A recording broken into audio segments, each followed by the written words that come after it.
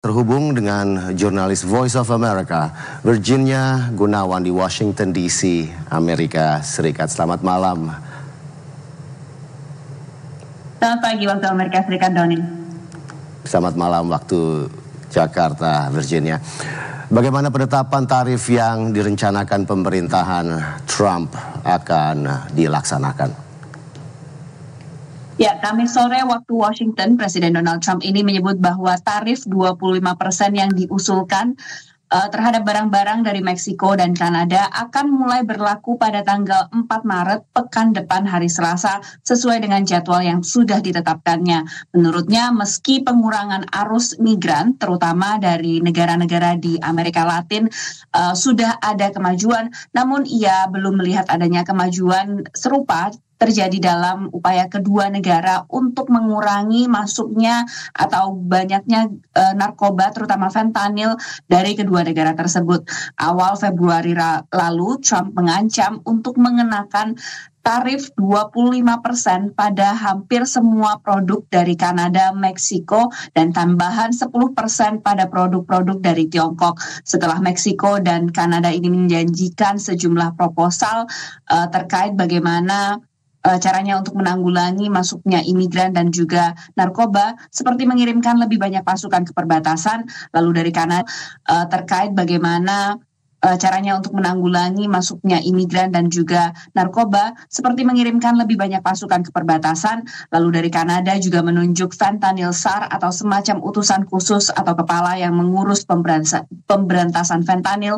Trump sempat menunda penerapan tarif tersebut selama sebulan ke Meksiko dan juga Kanada. Sementara untuk Tiongkok, Presiden Trump ini menetapkan tarif tambahan 10% di atas 10% yang sudah ia tetapkan ketika awal menjabat jilid 2 pemerintahannya tersebut.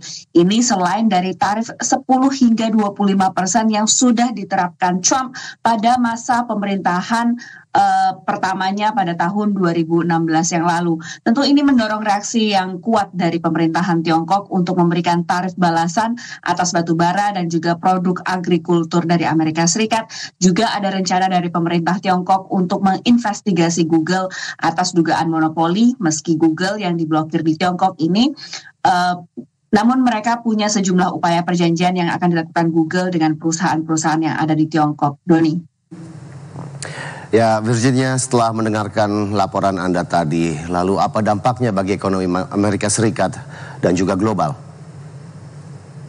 Ya, tarif tambahan terhadap 3 mitra dagang terbesar di Amerika Serikat ini tentu akan menambah tekanan ekonomi dan juga kemungkinan perang dagang. Perusahaan di Amerika yang biasanya ini mengimpor suku cadang mobil, peralatan medis, hasil pertanian dan juga pakaian ke Amerika tentu harus memikirkan cara bagaimana mereka akan bisa menanggung biaya tambahan.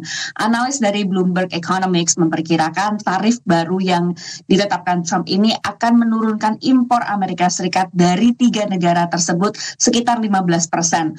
Kekhawatiran ekonom di AS adalah makin mahalnya sejumlah barang, mulai dari iPhone hingga buah alpukat yang memang banyak digemari oleh warga Amerika Serikat. Sementara Tax Foundation mengestimasi bahwa tarif dalam skala sebesar ini akan punya dampak signifikan pada tidak hanya harga barang tersebut, tapi juga rantai pasok, mengurangi lapangan pekerjaan yang nantinya akan berujung pada naiknya harga barang.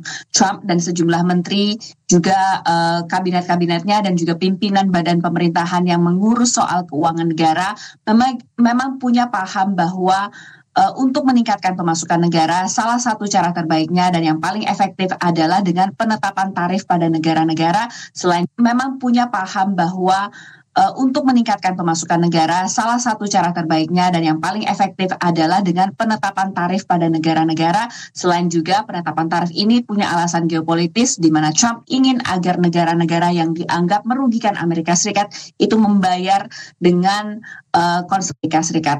Doni.